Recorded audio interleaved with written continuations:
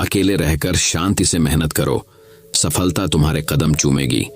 ऐसा गौतम बुद्ध ने कई सालों पहले अपने शिष्यों से क्यों कहा था? इसके पीछे का रहस्य क्या है? आज इसी रहस्य को हम आज के इस वीडियो में गौतम बुद्ध की कहानियों के माध्यम से जानेंगे। तो बिना देर किए चलिए उन कहानियों की शुरुआत करते हैं। पहली कहानी, एक बार की बात है। चीन के एक हिस्से में बहुत बड़ा मठ था, जहां लगभग 500 भिक्षु रहते थे। वो सभी अपने गुरु के मार्गदर्शन में खुद को जानने का अभ्यास कर रहे थे। एक दिन एक लड़का उस मठ में शिष्य बनने के लिए आया।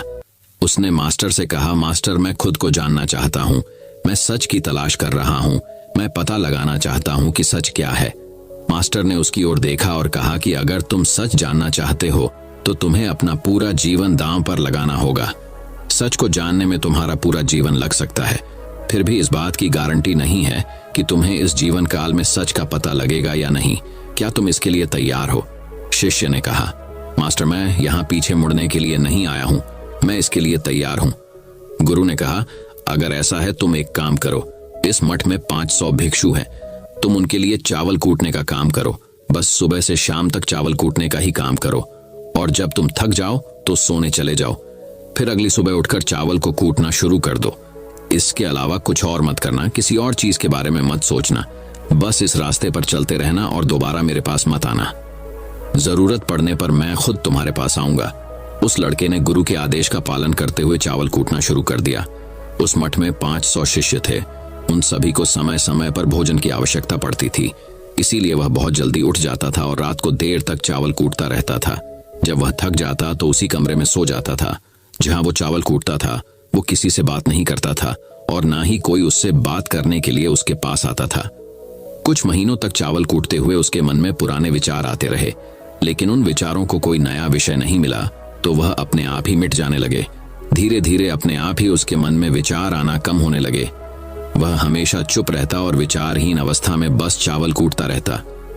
उसने ना तो कभी ध्यान किया था और ना कभी शास्त्र पढ़ा था। मठ के बाकी शिष्य उसे मूर्ख समझते थे। ऐसा करते हुए 12 साल बीत गए।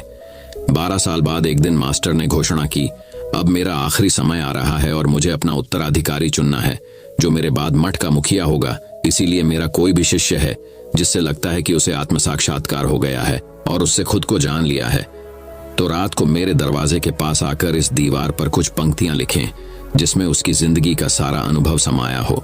कई शिष्यों ने ऐसा करने के बारे में सोचा, पर मठ के प्रमुख शिष्यों में से एक ने वहां जाकर कुछ पंक्तियां लिखी। उसे बौद्ध धर्म ग्रंथों का बहुत ज्ञान था। सभी शिष्यों को लगता था कि वो इस मठ का उत्तराधिकारी बन सकता है। उसने लिखा था कि मन एक दर्पण की तरह है जिस पर विचारों और इच्छाओं की धूल जमा हो जाती है।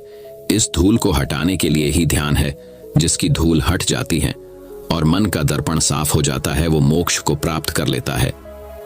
अगली सुबह जब मास्टर उठे और उन्होंने इन पंक्तियों को देखा और उन्होंने कहा कि किस बेवकूफ ने यह सब कचरा मेरी दीवार पर लिखा है। वो शिष्य जिसने यह लिखा था वो चुप रहा। हालांकि उसने जो पंक्तियां लिखी थी वो ज्ञान से भरी थी, लेकिन यह सब किताबी ज्ञान था। वो शिष्य बहुत चालाक था।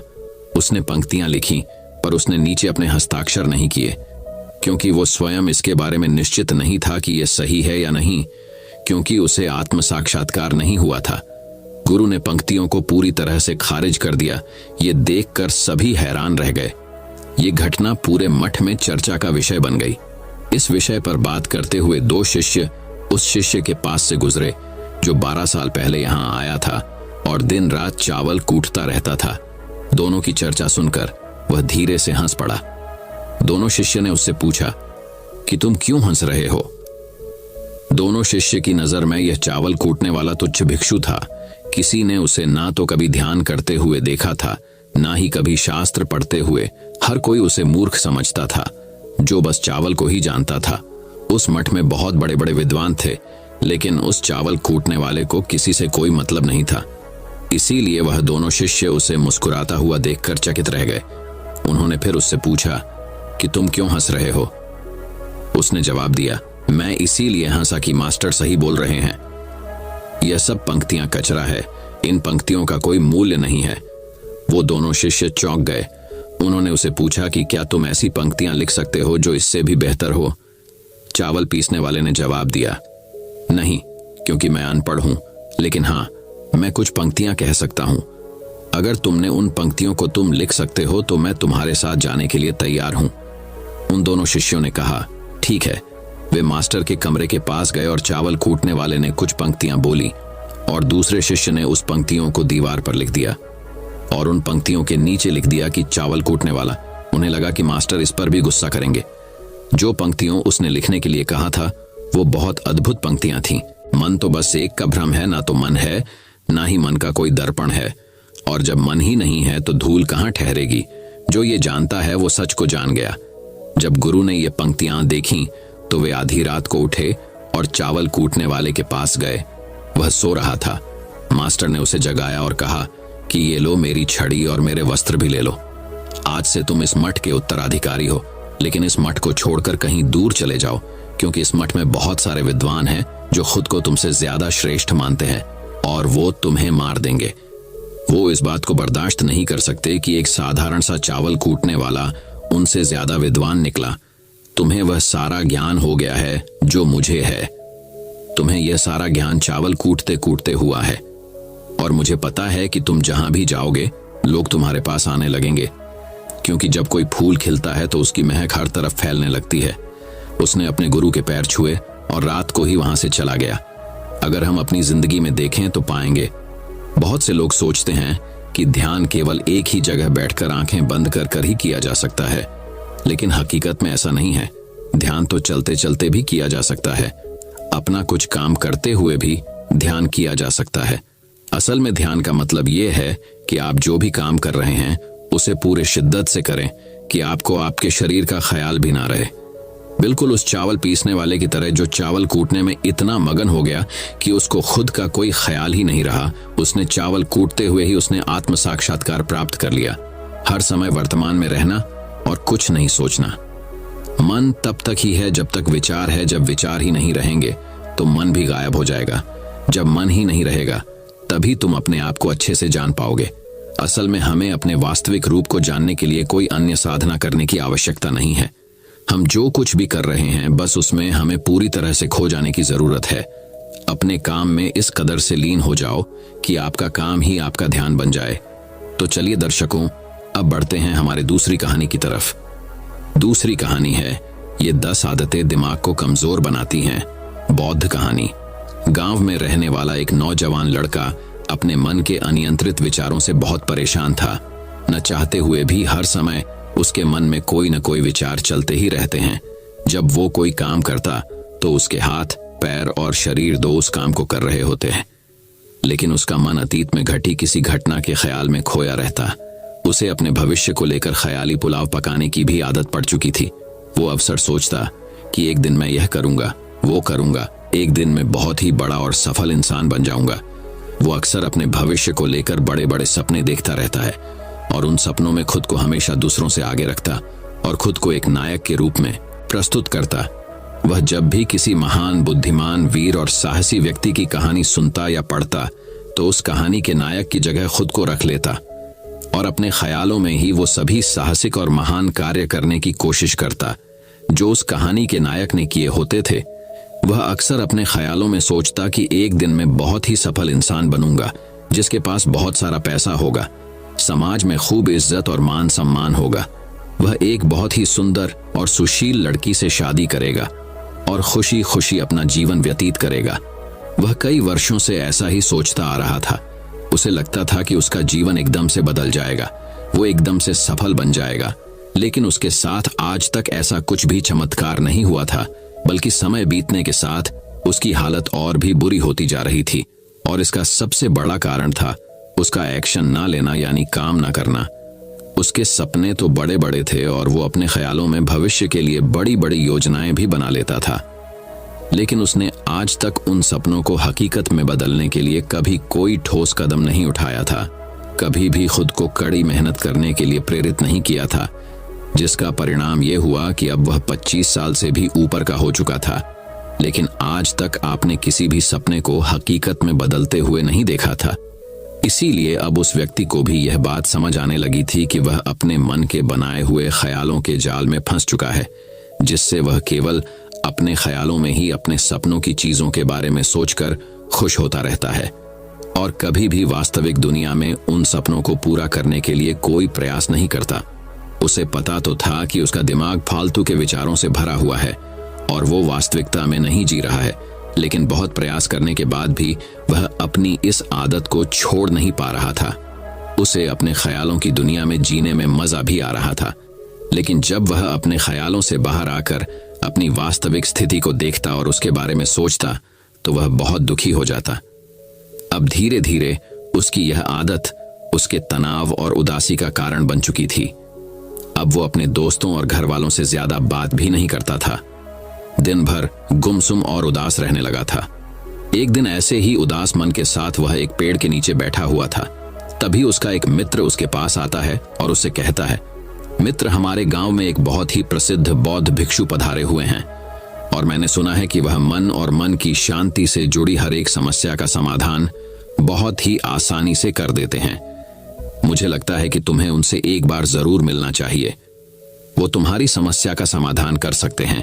अपने मित्र की बात सुन वो है नौजवान व्यक्ति खुश हो जाता है और उन्हें बौद्ध भिक्षु से मिलने चल पड़ता है। थोड़ी देर बाद वह बौद्ध भिक्षु के समक्ष पहुंच जाता है, जो कि एक वृक्ष के नीचे ध्यान मुद्रा में बैठे हुए थे। वह बौद्ध भिक्षुओं को प्रणाम कर उनके सामने बैठ जाता है और अपनी सारी समस्याएं बताना शुरू कर देता है। वह कहता है, मेरा मन हर समय असंख्य विचारों से भरा रहता है। इसमें बेवजह के विचार हर समय चलते ही रहते हैं। मैं कोई काम कर रहा होता हूँ तब भी मेरा मन अतीत या भविष्य के किसी विचार में ही खोया रहता है। मैं कितना ही प्रयास कर लूं, पर यह मेरी एक नहीं सुनता। मैं अपने इस अशांत मन को शांत करना चाहता हूँ, इसे खाली करना चाहता हूँ, इसे एकाग्रचित करना चाहता हूँ, जिसमें मैं अब तक का सफल रहा हूँ। मैं आपके पास बड़ी उम्मीद लेकर आया हूँ।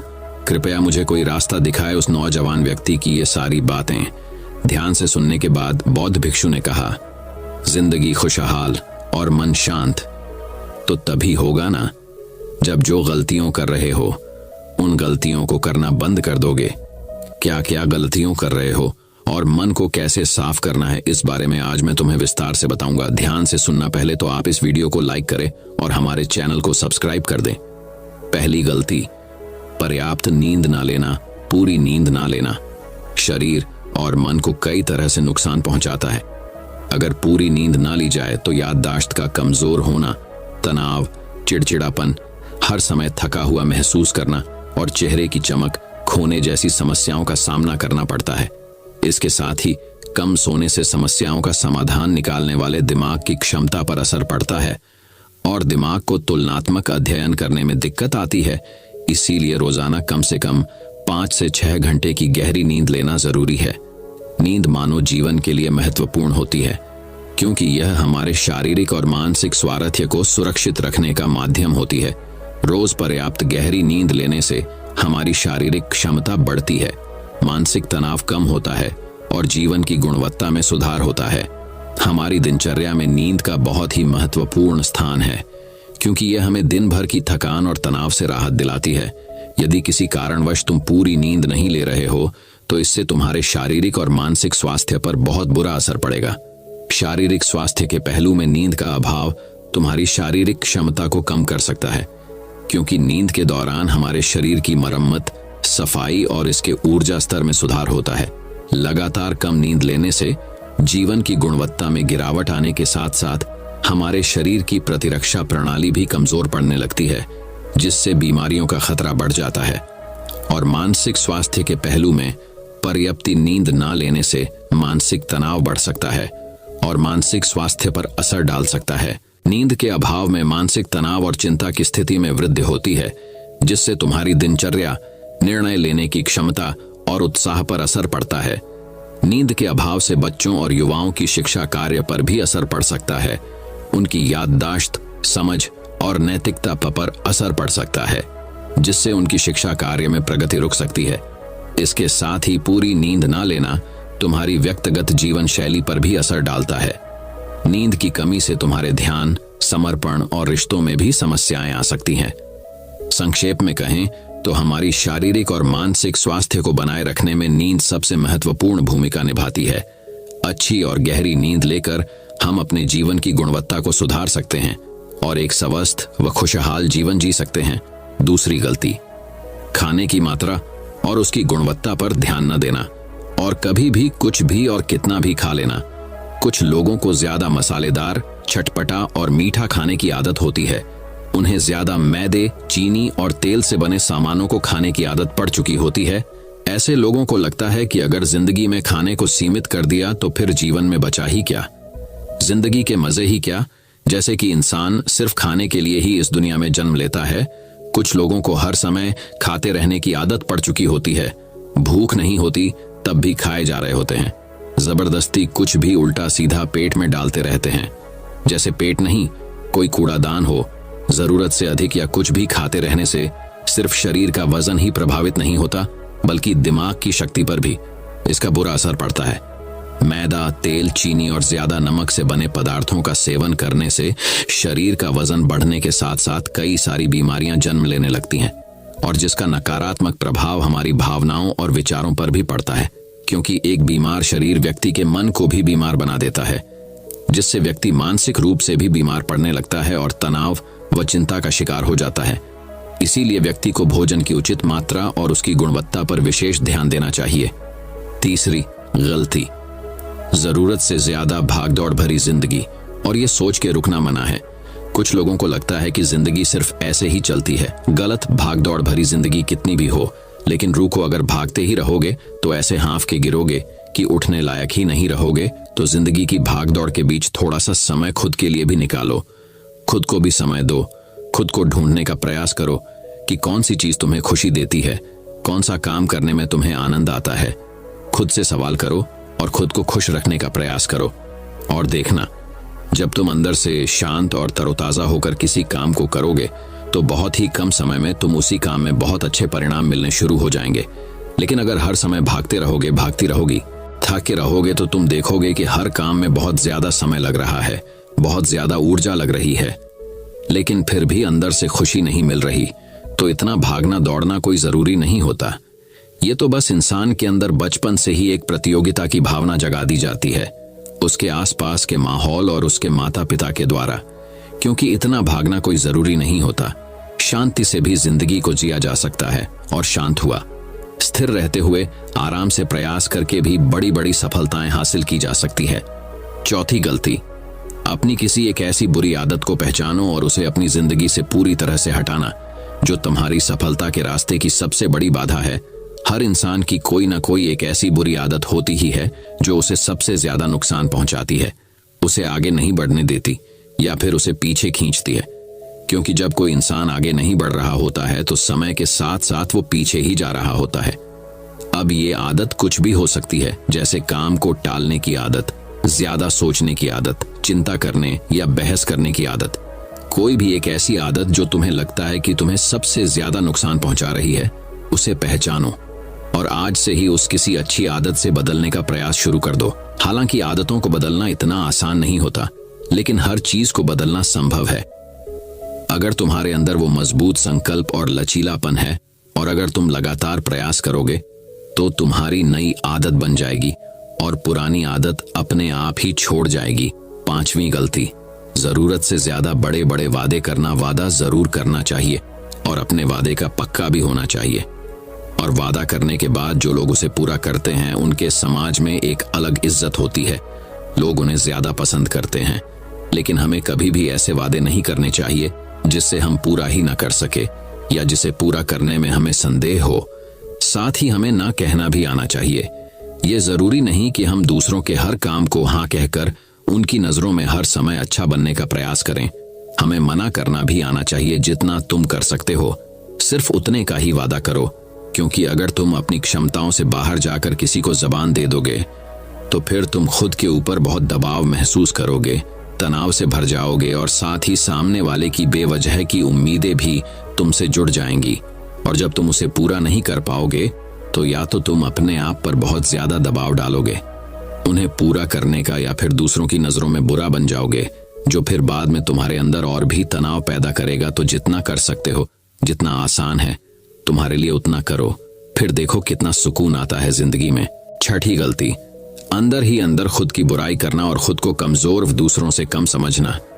अगर तुम्हें खुद की बुराई करने की आदत है, हर समय अपने अंदर सिर्फ कमियां दिखती है, रोज अपने आप को कोसते हो, तो फिर तुम्हें बाहर के किसी दुश्मन की कोई जरूरत नहीं है, क्योंकि तुम अकेले ही अपने लिए काफी हो। अगर तुम्हें अपनी बुराई करने की आदत है तो इसे छोड़ दो, क्योंकि ऐसा करके तुमने अपनी जिंदगी को नर्क खुद ही बना रखा है। खुद को प्यार करो, दुलार करो, खुद को स्वीकार करो और खुद के बारे में सकारात्मक बोलो। अगर कुछ गलती भी हो गई है तो खुद से बोलो कि अच्छा हुआ मुझे इस गलती का एहसास अभी हो गया। मैं एक ऐसा इंसान हूं जो अपनी गलतियों से सीखता है और आगे बढ़ जाता है। तो कहने का मतलब ये है कि गलती में भी खुद को लगातार कोसने या खुद को अपनी नजरों में गिराने की बजाय गलतियों से सीखकर आगे बढ़ने वाला इंसान बनो, क्योंकि अंदर ही अंदर खुद की बुराई करना और खुद को कोसना इंसान को ऐसी जंजीरों में बांध देता है कि फिर वह उसे तोड़ नहीं पाता और वही पड़ा पड़ा मानसिक रूप से सड़ता रहता है। तो अगर यह तुम्हारे अंदर है खुद की बुराई करना, तो इसे जल्दी से जल्दी छोड़ो, तभी जिंदगी खूबसूरत बनेगी। 7वीं गलती, दिमाग को अतीत की बुरी यादों और नकारात्मक भावनाओं से भरकर रखना। अतीत में कुछ गलत घटना घट गई थी, उसकी बुरी यादों को इकट्ठा किए हुए है। सालों पहले किसी ने कुछ गलत बोल दिया था, उसकी बातों को आज भी मन में लेकर ढो रहे हैं। किसी काम में सफलता मिल गई थी, उसे लेकर आज भी दुख मना रहे हैं। जब कोई इंसान दिमाग में इतना सारा बोझ, इतनी सारी नकारात्मक भावनाएं लेकर चलेगा, तो फिर वह खुश और शांत कैसे रह पाएगा। इसीलिए अपने मन, अपने दिमाग को साफ करो, शरीर से सीखो। शरीर रोज अपने आप को साफ करता है। सुबह उठते ही ये अपने अंदर की सारी गंदगी को मल मूत्र के द्वारा बाहर निकाल देता है। तो ऐसे ही दिमाग की गंदगी को भी हर दिन बाहर निकालो।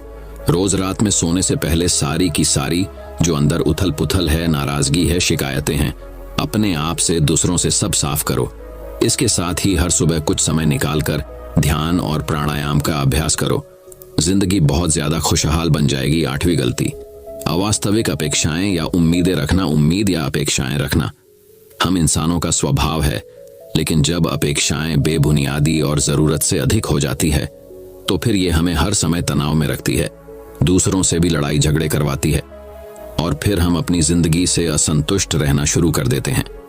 हमें अपने जीवन की नकारात्मक चीजें ज्यादा नजर आने लगती हैं और हमें लगने लगता है कि हमारी इच्छाएं तो कभी पूरी होंगी ही नहीं।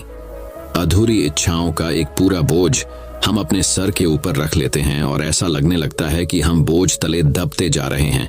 जिंदगी से निराशा होने लगती है, लक्ष्य को पाने का मन नहीं करता, अच्छे संबंध बनाने का मन नहीं करता, अच्छा खाना खाने का मन नहीं करता, कहीं आने जाने का मन नहीं करता। पूरी तरह से एक तनाव और उदासी भरा माहौल अपने आसपास बना लेते हैं। इसीलिए अवास्तविक और बेवजह की उम्मीदें रखना बहुत गलत है। हमेशा वास्तविक और सही उम्मीदें ही रखनी चाहिए और हमेशा मान के चलो कि इन वास्तविक उम्मीदों के साथ भी कुछ उलटफेर हो सकती है।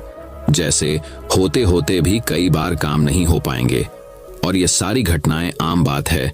जो आज नहीं हो पाया वो कल हो जाएगा, जो कल नहीं हो पाएगा वो परसों हो जाएगा।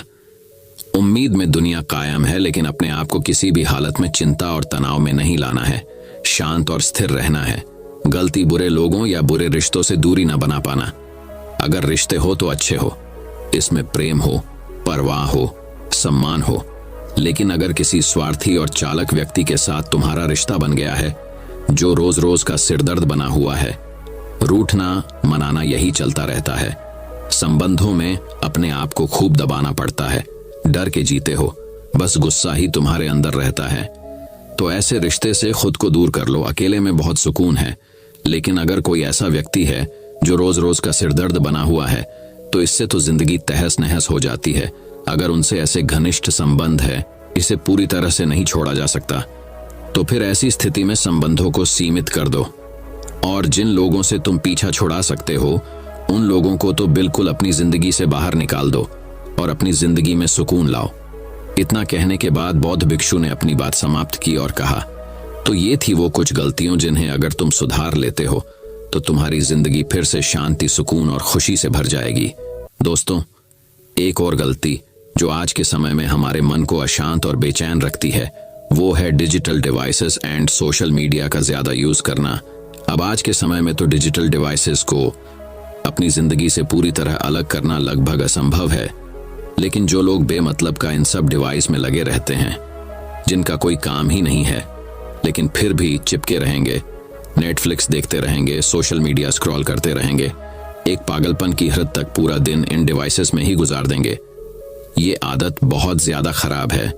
जितना आपके काम के लिए जरूरी है इसका यूज करिए, लेकिन इसमें भी बीच बीच में ब्रेक लेना, रेस्ट लेना जरूरी होता है।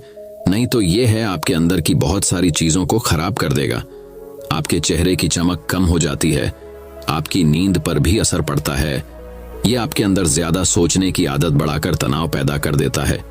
इसीलिए आपको जितना हो सके इनसे दूरी बनाकर रखना है, क्योंकि कुछ चीजों को तो हम बिल्कुल छोड़ सकते हैं जैसे जंक फूड, लेकिन डिजिटल डिवाइसेस को पूरी तरह से छोड़ना प्रैक्टिकली पॉसिबल नहीं है, क्योंकि आजकल सब कुछ टेक्नोलॉजी से जुड़ा हुआ है। और अगर हम कंप्लीट डिजिटल डिटॉक्स कर लेंगे तो फिर हम अपने लाइफ में आगे नहीं बढ़ पाएंगे। इसीलिए इसको पूरी तरह से छोड़ना नहीं, लिमिट करना है। तो दोस्तों, उम्मीद करता हूं आपको इस कहानी से एक अच्छी सीख मिली होगी। तो चलिए बढ़ते हैं हमारी तीसरी कहानी की तरफ। तीसरी कहानी ऐसी कहानी जो आपकी सोच बदल देगी। दुनिया में दो तरह के लोग होते हैं। एक वे जो छोटी सी प्रॉब्लम आने पर घबरा जाते हैं और दुखी हो जाते हैं।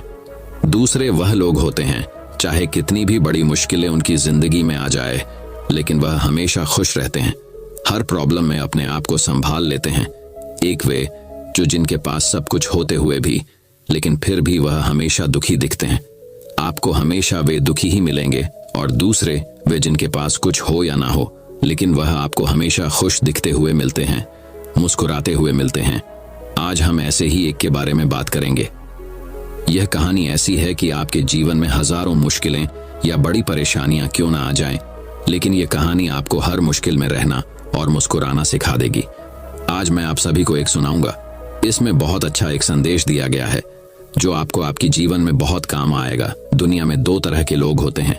एक वे जो छोटी सी प्रॉब्लम आ जाने पर घबरा जाते हैं और दुखी हो जाते हैं।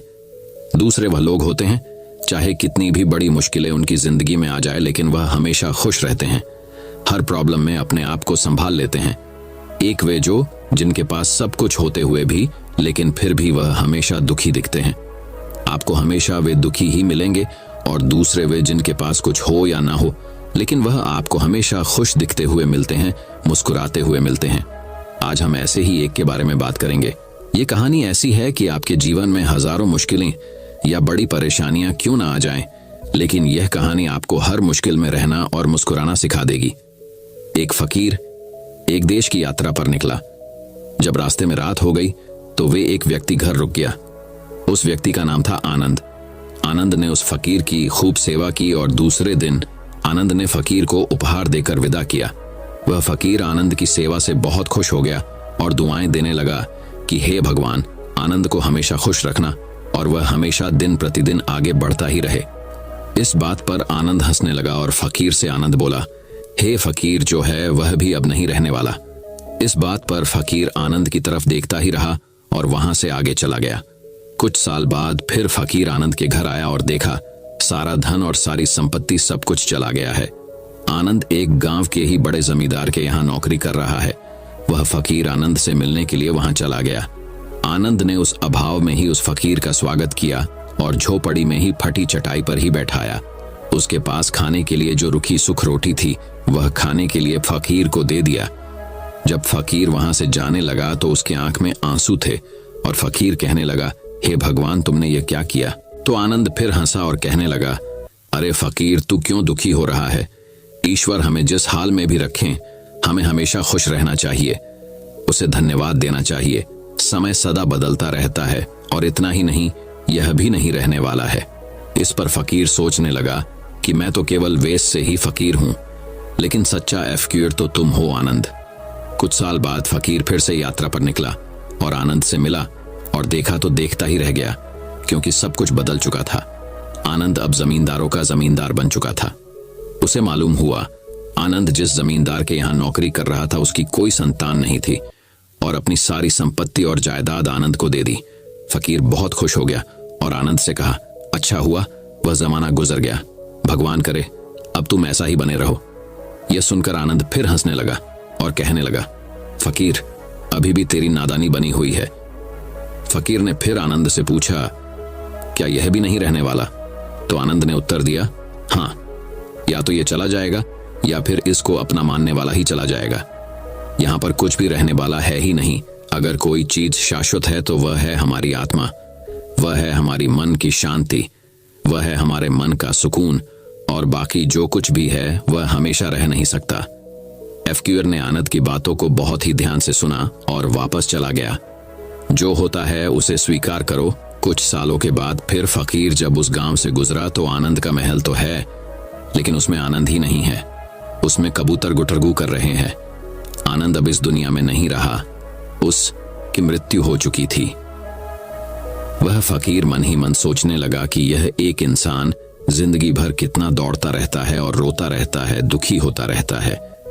जिन चीजों के लिए इंसान तड़पता रहता है, दुखी होता रहता है, वास्तव में वह चीज जो हमेशा रहने वाली है ही नहीं, वे सारी चीजें बदलने वाली हैं। यह कहानी यह शिक्षा देती है कि हमारे जिंदगी में जब भी कोई मुश्किल, तकलीफ या दुख आए तो हमें यह सोचना चाहिए कि जिंदगी में इससे पहले मुश्किलें या उलझनें आईं तो क्या वे हमेशा रुकी रही? जैसे सारी मुश्किलें आकर चली गई, वैसे ही यह भी मुश्किल चली जाएगी। यह भी हमेशा रहने वाली नहीं है। तो आप हमेशा याद रखिए कि जिंदगी में कितना भी बड्ढा दुहक क्यों ना हो, वह हमेशा रहने वाली नहीं है। ये दुहक भी चले जाएंगे। एक बार अकबर ने बीरबल से कहा कि बीरबल, आज कुछ ऐसा लिखो कि जब मैं खुशी में पढ़ूं तो दुहक और जब दुहक में पढ़ूं तो खुशी हो। तो बीरबल ने लिखा, यह वक्त भी बीत जाएगा। ये एक ऐसा वाक्य है, जब इसे खुशी में पढ़ेंगे तो दुहक होगा और दुहक में पढ़ेंगे तो खुशी होगा। मुझे उम्मीद है कि आप सभी को आज की यह कहानी बहुत पसंद आई होगी। यदि पसंद आया हो तो कृपया आप इस कहानी को सबके साथ में शेयर जरूर करें। तो दोस्तों, चलिए बढ़ाते हैं हमारी चौथी कहानी की तरफ। कहानी बुद्ध ने सिखाई आत्मनियंत्रण की कला। एक लड़का अत्यंत जिज्ञासु था। जहां भी उसे कोई नई चीज सीखने को मिलती, वह उसे सीखने के लिए तत्पर हो जाता। उसने एक तीर बनाने वाले से तीर बनाना सीखा, नाव बनाने वाले से नाव बनाना सीखा, मकान बनाने वाले से मकान बनाना सीखा, बांसुरी वाले से बांसुरी बनाना सीखा। इस प्रकार वह अनेक कलाओं में प्रवीण हो गया, लेकिन उसमें थोड़ा अहंकार आ गया। वह अपने परिजनों व मित्रों से कहता, इस पूरी दुनिया में मुझ जैसा प्रतिभा का धनी कोई नहीं होगा। एक बार शहर में गौतम बुद्ध का आगमन हुआ। उन्होंने जब उस लड़के की कला और अहंकार दोनों के विषय में सुना तो मन में सोचा कि इस लड़के को एक ऐसी कला सिखानी चाहिए जो अब तक की सीखी कलाओं से बड़ी हो। वे भिक्षा का पात्र लेकर उसके पास गए। लड़के ने पूछा, आप कौन हैं? बुद्ध बोले, मैं अपने शरीर को नियंत्रण में रखने वाला एक आदमी हूं। लड़के ने उन्हें अपनी बात स्पष्ट करने के लिए कहा। तब उन्होंने कहा, जो तीर चलाना जानता है वह तीर चलाता है, जो नाव चलाना जानता है वह नाव चलाता है, जो मकान बनाना जानता है वह मकान बनाता है, मगर जो ज्ञानी है वह स्वयं पर शासन करता है। लड़के ने पूछा, वह कैसे?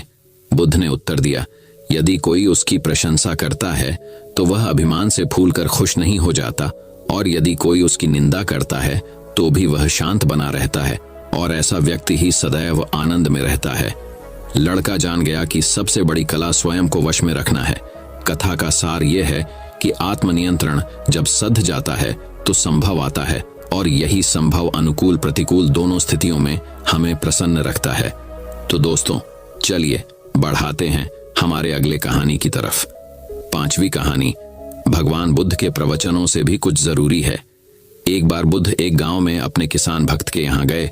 शाम को किसान ने उनके प्रवचन का आयोजन किया।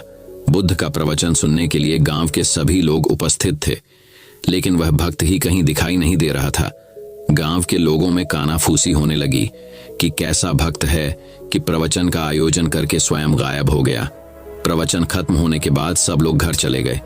रात में किसान घर लौटा। बुद्ध ने पूछा, कहाँ चले गए थे? गांव के सभी लोग तुम्हें पूछ रहे थे। किसान ने कहा, दरअसल प्रवचन की सारी व्यवस्था हो गई थी, पर तभी अचानक मेरा बैल बीमार हो गया। पहले तो मैंने घरेलू उपचार करके उसे ठीक करने की कोशिश की, लेकिन जब उसकी तबीयत ज्यादा खराब होने लगी तो मुझे उसे लेकर पशु चिकित्सक के पास जाना पड़ा। अगर नहीं ले जाता तो वह नहीं बचता। आपका प्रवचन तो मैं बाद में भी सुन लूंगा, अगले दिन सुबह जब गांव वाले पुनः बुद्ध के पास आए तो उन्होंने किसान की शिकायत करते हुए कहा, यह तो आपका भक्त होने का दिखावा करता है, प्रवचन का आयोजन कर स्वयं ही गायब हो जाता है। बुद्ध ने उन्हें पूरी घटना सुनाई और फिर समझाया। उसने प्रवचन सुनने की जगह कर्म को महत्व देकर यह सिद्ध कर दिया कि मेरी शिक्षा को उस बिल्कुल ठीक ढंग से समझा है। उसे अब मेरे प्रवचन की आवश्यकता नहीं है। मैं यही तो समझाता हूं कि अपने विवेक और बुद्धि से सोचो कि कौन सा काम पहले किया जाना जरूरी है। यदि किसान बीमार बैल को छोड़कर मेरा प्रवचन सुनने को प्राथमिकता देता तो दव बगैर बैल के प्राण निकल जाते। उसके बाद तो मेरा प्रवचन देना ही व्यर्थ हो जाता। मेरे प्रवचन का सार यही है कि सब कुछ त्याग कर प्राणी मात्र की रक्षा करो। इस घटना के माध्यम से गांव वालों ने भी उनके प्रवचन का भाव समझ लिया। तो दोस्तों, चलिए बढ़ाते हैं हमारी छठी और अंतिम कहानी की तरफ। छठी कहानी, मन का मंत्र। एक बार की बात है, एक आदमी के जीवन में सिर्फ दुख ही दुख थे। वह जो भी काम करता उस बेचारे का वह काम पूरा ही नहीं होता। घर में आता तो घर में क्लेश बना रहता। किसी से कोई मदद मांगता तो कोई उसकी मदद नहीं करता। ऐसा लगता था कि चारों तरफ से उसके ऊपर दुख का पहाड़ टूट पड़ा है। उसे समझ नहीं आ रहा था कि मैं इन दुखों से कैसे पार पाऊं। वह दिन रात यही सोचता रहता था कि अपने दुखों से छुटकारा कैसे पाना है। इसी कारण से वह रात में सो भी नहीं पाता था। उसकी आंखों के नीचे बड़े बड़े काले घेरे बन गए थे, जो इस बात का प्रतीक थे कि वह आदमी कितना दुखी है और कितना चिंतित है।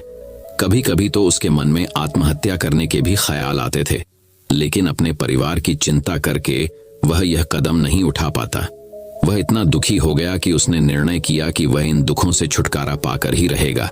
इसके लिए चाहे उसे कितनी ही मेहनत करनी पड़े, कुछ भी करना पड़े, चाहे अंगारों पर चलना पड़े, लेकिन इन दुखों से छुटकारा हासिल करके रहेगा। ऐसे ही एक दिन उसने अपने मित्र से पूछा कि मैं अपने जीवन को कैसे सुधारूं। उसके मित्र ने उसे बताया कि तुम किसी बाबा के पास जाओ। बाबाओं के पास ऐसा मंत्र होता है जिससे सारे दुख मिट जाते हैं, जीवन खुशियों से भर जाता है और धन संपदा भी हासिल होती है। तुम किसी ऐसे बाबा को ढूंढ लो, बस तुम्हारा काम बन जाएगा। उस आदमी के मन में यह बात पूरी तरह से पक्की बैठ गई कि कोई बाबा ही मेरा दुख दूर कर सकता है, और इसीलिए उसे किसी भी बाबा के बारे में पता चलता तो वह उस बाबा के पास पहुंच जाता, उस बाबा को अपनी समस्या बताता और उससे उसका समाधान पूछता और कहता कि बाबा, मैं कुछ भी करने के लिए तैयार हूं, लेकिन मेरी इन समस्याओं से मुझे छुटकारा दिला दीजिए। आप जो कहेंगे मैं वह करूंगा, लेकिन मेरे जीवन को सुधार दीजिए। बाबा उसे कुछ टोने टोटके बताते थे करने के लिए और बदले में दान दक्षिणा ले लेते थे कि यह टोना टोटका करने के बाद तुम्हारे घर में सुख शांति बनी रहेगी। बस इस टोटके को पूरी विधि के साथ करना। वह आदमी घर लौटकर पूरी विधि के साथ टोने टोटके करने लगा, लेकिन बहुत टोने टोटके करने के बाद भी उसके जीवन में कुछ बदलाव नहीं आया। इसके विपरीत उसका जीवन और ज्यादा दुखी हो गया। जो भी बाबा उसे टोना टोटका देता था वह बदले में उससे दान दक्षिणा लेता था, जिससे उसका धन भी धीरे धीरे खत्म हो रहा था। इससे उसके जीवन में दुख और ज्यादा बढ़ गया। तब उसे लगा कि बाबाओं के पास जाने से तो मेरे जीवन में दुख कम होने की वजह बढ़ते ही जा रहे हैं, तो मुझे क्या करना चाहिए? बाबाओं के पास जाऊं या ना जाऊं? फिर एक दिन एक आदमी ने उसे बताया कि तुम अपने घर में किसी पंडित को बुलाकर हवन करवा लो। हवन होगा, घर शुद्ध हो जाएगा। कोई भी बुरी ऊर्जा होगी घर में तो वह घर से बाहर चली जाएगी। किसी पंडित को बुलाकर पूरे विधि विधान उसे मंत्र उच्चारण कराओ, हवन कराओ, जिससे घर में सुख शांति आए। उस आदमी के मन में यह बात बैठ गई और उसने एक पंडित को अपने घर पर बुलाकर हवन करवा दिया। हवन अच्छी तरह से संपन्न हुआ। बदले में पंडित ने भी अच्छी दान दक्षिणा ली और उसके बाद वह वहां से विदा हो गया। लेकिन कुछ दिनों के बाद उस आदमी को महसूस हुआ कि उसके जीवन में अभी भी कोई बदलाव नहीं आया है। अब वह आदमी पूरी तरह से दुखी हो गया और ज्यादा परेशान हो गया। अब तो उसे लगने लगा था कि मेरे जीवन में से दुख कभी खत्म ही नहीं होंगे, और यही सोच सोच कर उस आदमी का बुरा हाल हो गया था। फिर एक दिन उसे अपने मित्र से एक ऐसे बाबा के बारे में पता चला जो समाधान बताने के लिए कोई दान दक्षिणा नहीं लेता था। उस आदमी को लगा कि यह बाबा दूसरे बाबाओं की तरह नहीं हो सकता, क्योंकि यह तो दान दक्षिणा लेता ही नहीं, और अगर दान दक्षिणा नहीं लेता तो यह सच में कोई सिद्ध बाबा होगा। और यही सोचकर वह उस बाबा के पास पहुंच जाता है। जब वह आदमी वहां पर पहुंचता है तो तो वह बाबा ध्यान में बैठे हुए थे। यह देखकर वह आदमी वहीं पर चुपचाप बैठकर ध्यान से बाहर आने का उनका इंतजार करने लगा।